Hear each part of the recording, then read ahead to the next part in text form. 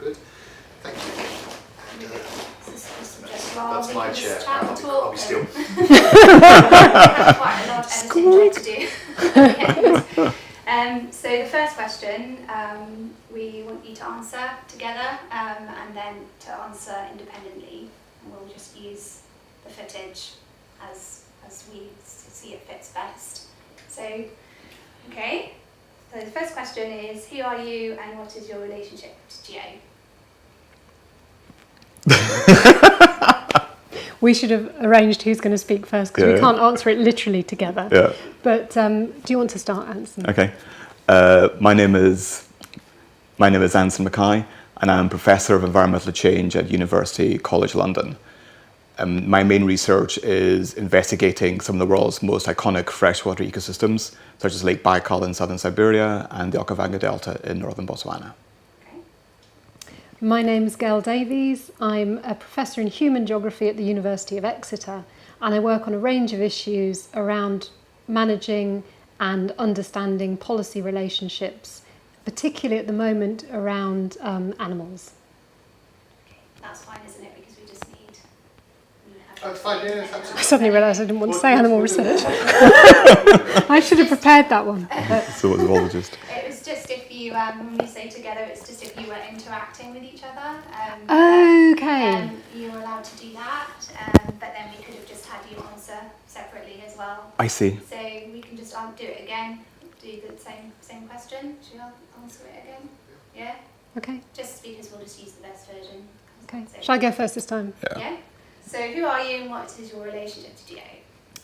My name's Gail Davies. I'm Professor in Human Geography at the University of Exeter, and I'm the Human Geography Editor of GEO Geography and Environment.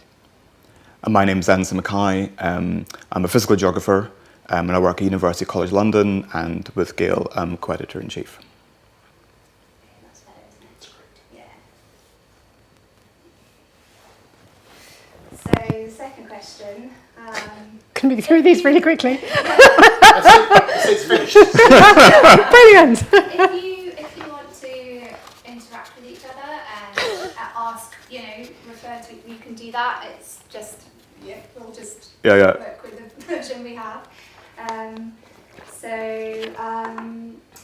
this question might need a bit of interplay, I guess, because we're asking about contemporary challenges of GEO addresses and the kind of submissions that you would like to receive. Okay. I'm going to be slightly annoying, and I just wondered if there was actually a bit more to say about GEO and what the editors do. So, our decisions on papers, our working with the board, the blog, those sorts of things. Whether there's something to talk about format-wise. Yeah. Before we get there. Yeah. We can do Okay. that. Yeah. I shall move on to my... Oh, sorry, Anson's very well prepared. I'm not very well prepared, so we should go with Anson. So, in terms of what we do as editors, Yeah. so we're responsible for example, commissioning a range of articles that span the human and physical geographical discipline, really, and especially related to the environment. And I think we're very interested in getting articles that are addressing, say, environmental problems from both a human and a physical geographical perspective.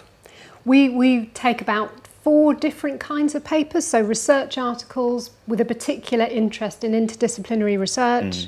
We are interested in review articles and then also data papers. Yeah, and another article that we do is also we sort of commission opinion pieces as well. Because sometimes, you might have an expert in the field and they have something very important to say about something they've been doing for a long time. Yeah. And that can cross both sort of humanities and the sciences as well, because these interdisciplinary approaches need both of those things coming together, I think. Yeah. And I think one of the things we found that's nice is because GEO is an online presence, we're well networked into various kinds of social media, and also there's a blog where you can carry on the conversation online, and it also is good at bringing different audiences to the content in the journal. Yeah, and I think the blog has actually worked really well because it allows researchers to put a sort of a different take on the research that they're publishing, because then they can take a more personal perspective for example, like where the idea might have come from, what value it might have in terms of the the wider discipline, which often you can't really do in a research paper itself because you kind of restricted by a certain kind of format. And so I think the blog works really well like that. They've added personal anecdote, they've added imagery, and I think they work very effectively for getting people's knowledge out there. And that's one of the main things that we're trying to do with an open access journal, is bring a range of perhaps different readers to the content that academics are putting together. Yeah. And I think just the last thing about the blog also is you mentioned we can use it with social media, and allows us then to advertise a paper to a much wider audience, to people who might not be so disciplinary specific. Yeah. And if you're an avid user of sort of Twitter or Facebook, then the blog is a great way of I think increasing the reach, which then people then go to the article itself and they can download and thing. So I think in sort of today's kind of like sort of open science environment, that's quite important. Yeah, okay, that's good to mention those things, because we might bring that into the video, so we'll did you want to say anything about the sort of contemporary challenges, that first part? Do you want to say more about that, or topics and anything?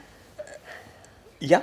Yeah, I think we can. I think Anson should go first because he has done some preparation on this one, and I think I have some things to follow up as well. Yeah.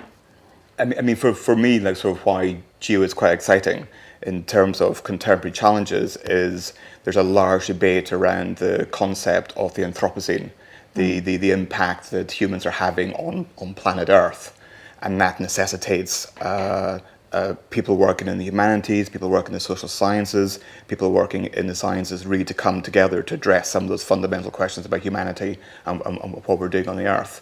And for me, that's very exciting for GEO because other journals are much more disciplinary specific, whereas GEO can sort of bring together all these people. And they may address a problem in one paper, or there may be like a collection of papers addressing that. But because they're not sort of sort of pigeonholed on one discipline, I think you can sort of address some of those large questions to do with sort of Anthropocene science, really. Yeah.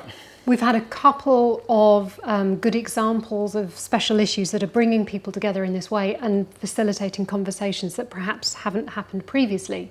One is around global environmental images, which is looking at the range of images from science, but also from art, from landscape, art, from photography, from montage, and looking at how those are part of this changing way that the environment is being visualised.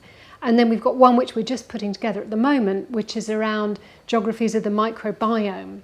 So the smallest scale microbiological processes have a geography to them.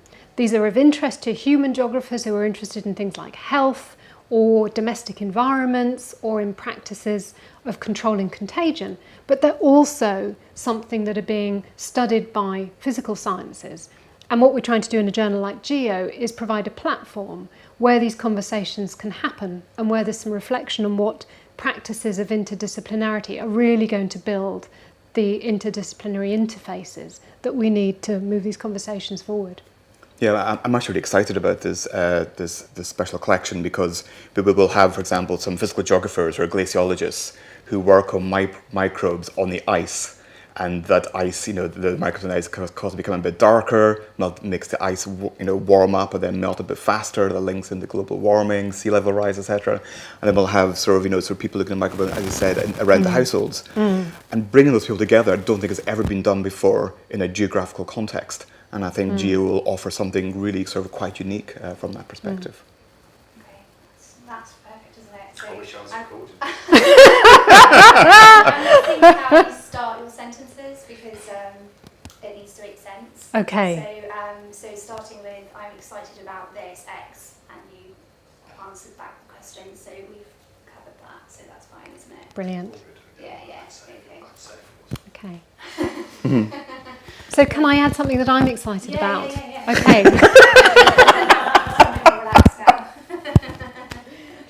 So one of the things I'm really excited about. Just start that one again for me. Okay. One of the things I'm really excited about that's coming out in GEO shortly, in fact it's actually just out, is our first data paper. And data papers I think are on On the face of it, they look quite simple. They're a description of a data set, they're a contextualization and reflection of the data that somebody has generated in a project, and they're a way of making that data accessible. But I think there are all sorts of challenges today around access to data, about its patterns of availability to different people, whether it's being removed from government websites or it's being restricted commercially or it's being mandated by academics to be made open access, which means that data itself becomes a really interesting site for academic reflection, and that we have responsibilities as publishers and as editors and as authors as well to think about what we're making accessible and the work that we can do to make the data that we're generating in our projects usable and reusable by different kinds of people. Yeah. You're not excited about that? I'm very excited about it. You just made it so succinct and perfect. There's very little I could add to that. I didn't want to get down. Didn't want to get down into like sort of open data, because I think that's sort of slightly different, isn't it? But yeah. Could we? So that's great. Could we do the same question again? Narrow it down a bit. So if you had to say it in 20 seconds, do you need to do that? The contemporary challenges thing. Yes, I think. Only just so that we've just got various footage to look at. That's Yep. Yeah. Yeah. It might be sliced a bit, so. Yep. Okay. So for me, a very important contemporary challenge. Sorry, could you start that one again, just because I had a noise on the mic. Okay. Yep. For me, a very important contemporary challenge is how humans impact on the natural environment. And I'm very interested in looking at how humans and natural factors such as climate change may interact together to affect ecosystem functioning, ecosystem services, which necessitates therefore an interdisciplinary approach between people in the humanities and people in the environmental sciences. And GEO is contributing, we hope, to a platform where these conversations can take place through special collections, through interdisciplinary articles, and also through providing access to data from both the human geography and the physical geography side of these debates to contribute to furthering these questions. Yeah, okay, that's good. I think I've got that there. Julian will have quite a job. It's his job. Okay. Do you think you feel you've said everything that you would like to say on those questions? I think in terms of sort of contemporary challenges, probably yes, because people will be coming from their own thing in a way. Okay, It's, good. yeah. Okay, and then let's have a look. How does this link to the type of submission? So we covered that quite well in the beginning. Yeah. It's fine.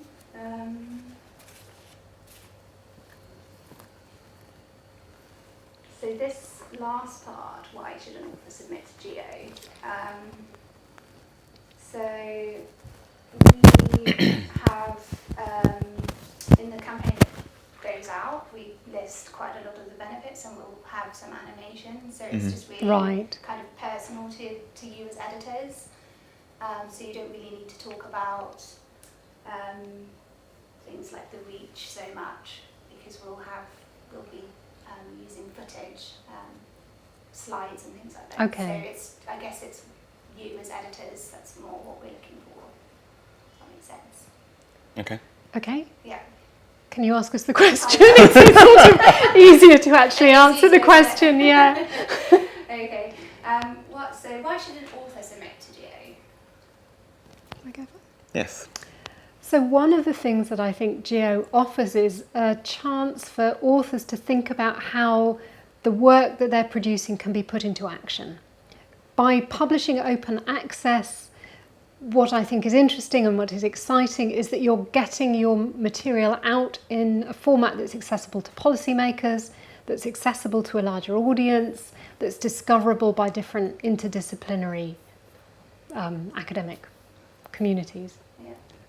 I think for me also that's another important reason to publish in GEO is that if our journal is interdisciplinary, our audience should be a very broad reach, and therefore they'll be reading physical scientists, will be reading papers on the humanities and vice versa, and hopefully you can sort of start up conversations between those two groups of people together as well, which I think we're doing for many of the sort of the commissioned articles that we're getting into GEO.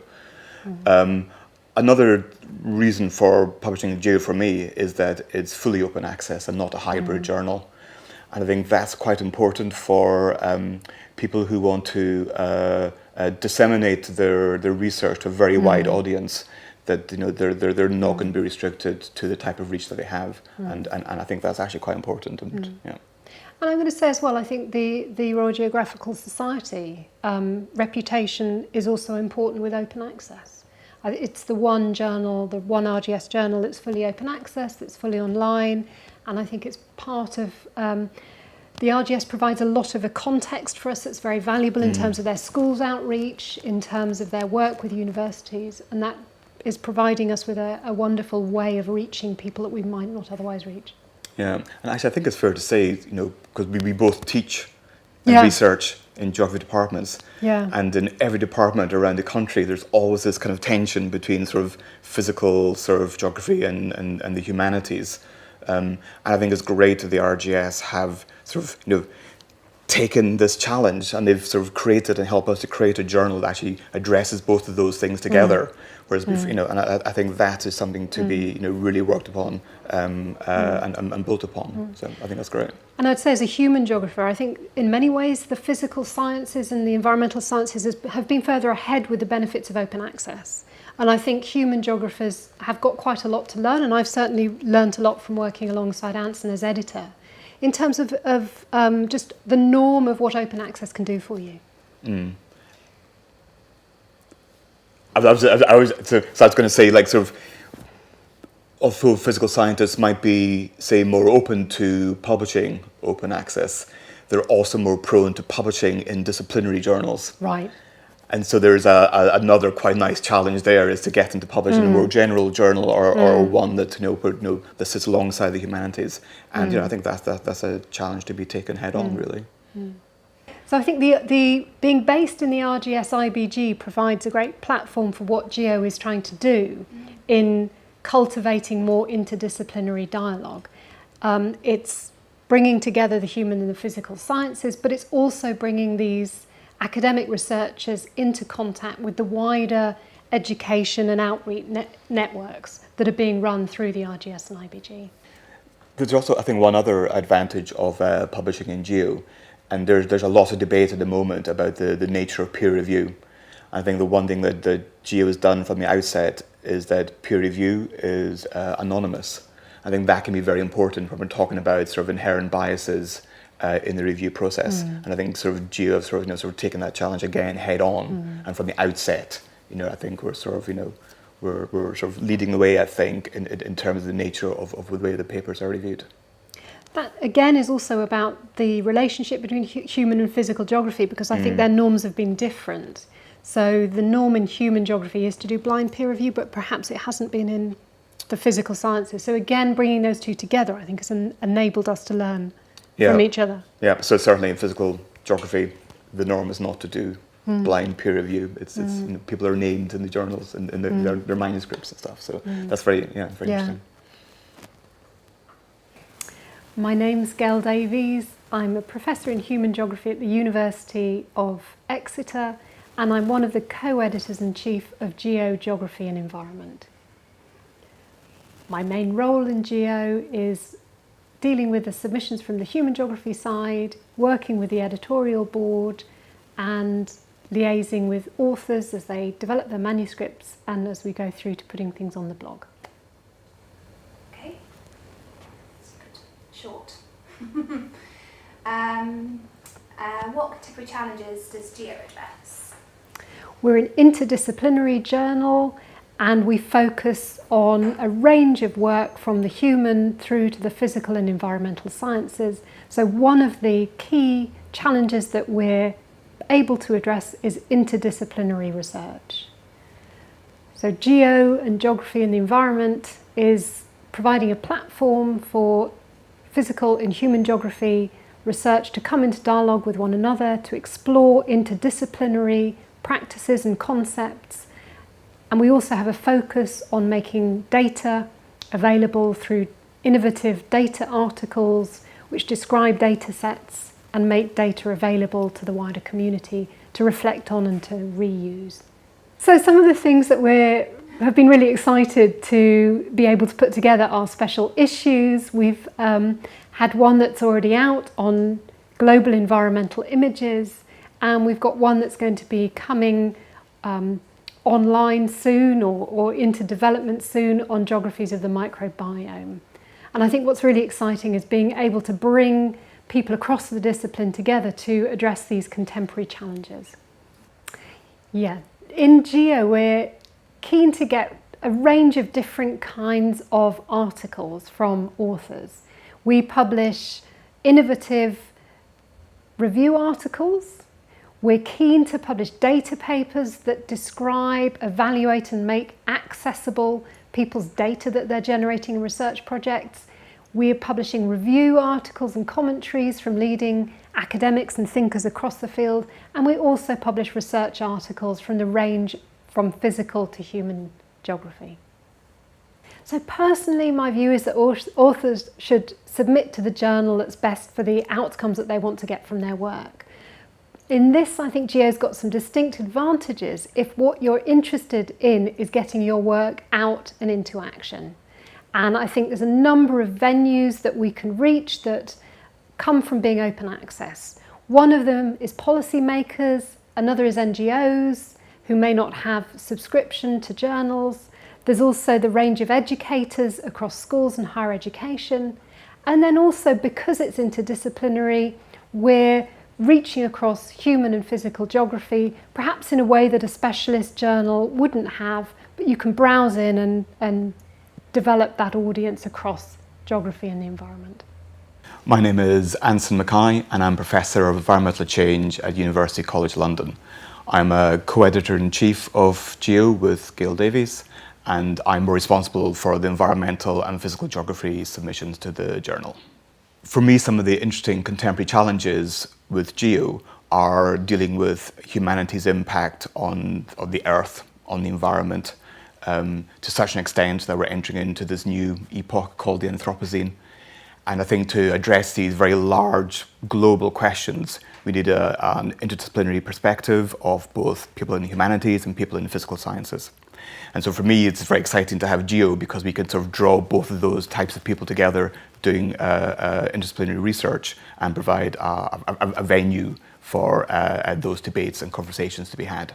For me, an author should consider submitting to GEO, especially because when you think about geography as a discipline in the United Kingdom, we have to think about the physical and the humanities. And GEO is the RJS IBG journal that really sort of takes both of those strands together and puts them into one forum. And for me, one of the exciting things and challenges of doing that is that we can address large, important environmental questions coming from different areas. From my own perspective of why someone should submit to GEO is that it's a fully open access journal. It's not a hybrid journal. And I think for some researchers, that can be an important consideration. In terms of the actual papers that are being submitted, GEO is interdisciplinary for the humanities and also for the physical geography, the environmental scientists. And for me, sort of bringing those groups of researchers together means that we can hopefully address the sort of larger questions to do with humanity's impact on the environment. And I think GEO provides an important forum from which to do that.